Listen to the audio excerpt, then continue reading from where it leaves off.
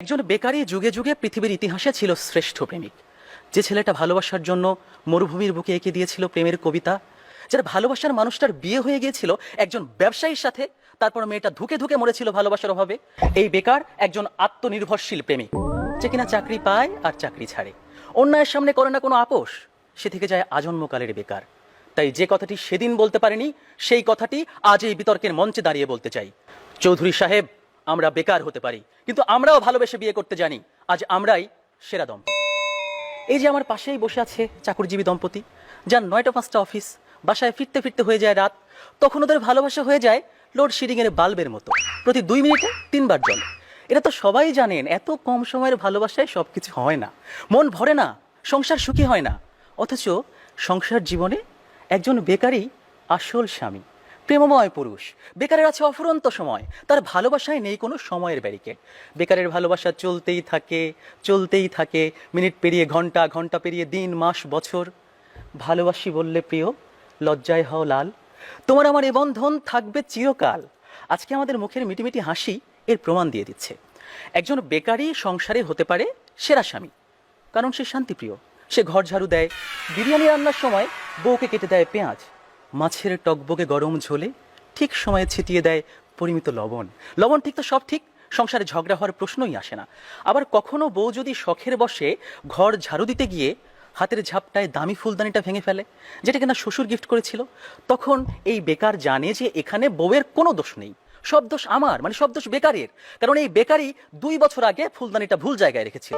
তুমি হাতে ব্যথা পাওনি তো প্রিয়? ঠিক সেভাবেই বউ যদি কখনো অন্যমনস্ক হয়ে ভাত পুড়িয়ে ফেলে, রুটি পুড়িয়ে ফেলে, তখন বেকার জানে এখানেও বেকারের সব দোষ, বউয়ের কোনো দোষ নেই। কারণ বেকারই হয়তো বা ভুল দোকান থেকে চাল আর আটা কিনেছিল। অথচ একজন কর্মজীবী স্বামী, একজন ব্যবসায়ী স্বামী এইসব ছোট খাটো তুচ্ছ ব্যাপার নিয়ে বউয়ের সাথে বাঁধিয়ে দেয় তুমুল ঝগড়া, আর ঝগড়াই শত অশান্তির কারণ।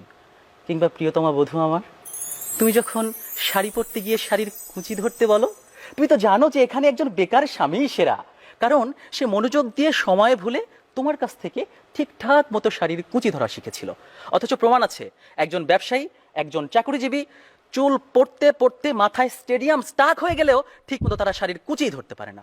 তাদের বউগুলো নেহাতি ভালো মানুষ বলে তাদের কিছু বলে না। দেখুন, আজকে তাদের নীরবতাই বলে দিচ্ছে এর প্রমাণ। এভাবেই একজন বেকারের সংসার হয়ে ওঠে সুখের সংসার, একজন কর্মজীবী নারী একজন বেকারের সাথে হয়ে ওঠে সুখী দম্পতি। আর তাদের সুখ দেখে সবাই তখন হিংসা করে। আমার সামনেই বসে আছেন প্রবাসী দম্পতি। হয়তো প্রবাসী তাদের দাম্পত্য জীবনকে সেরা বলবেন। তিনি একজন রেমিটেন্স যোদ্ধা, তিনি বলতেই পারেন। এক্ষেত্রে বেকারের একটি স্পষ্ট ভাষা আছে, আমার বউকে রাইখা আমি বৈদেশ যাইতে ফারতাম না, ফারতাম না, ফারতাম না।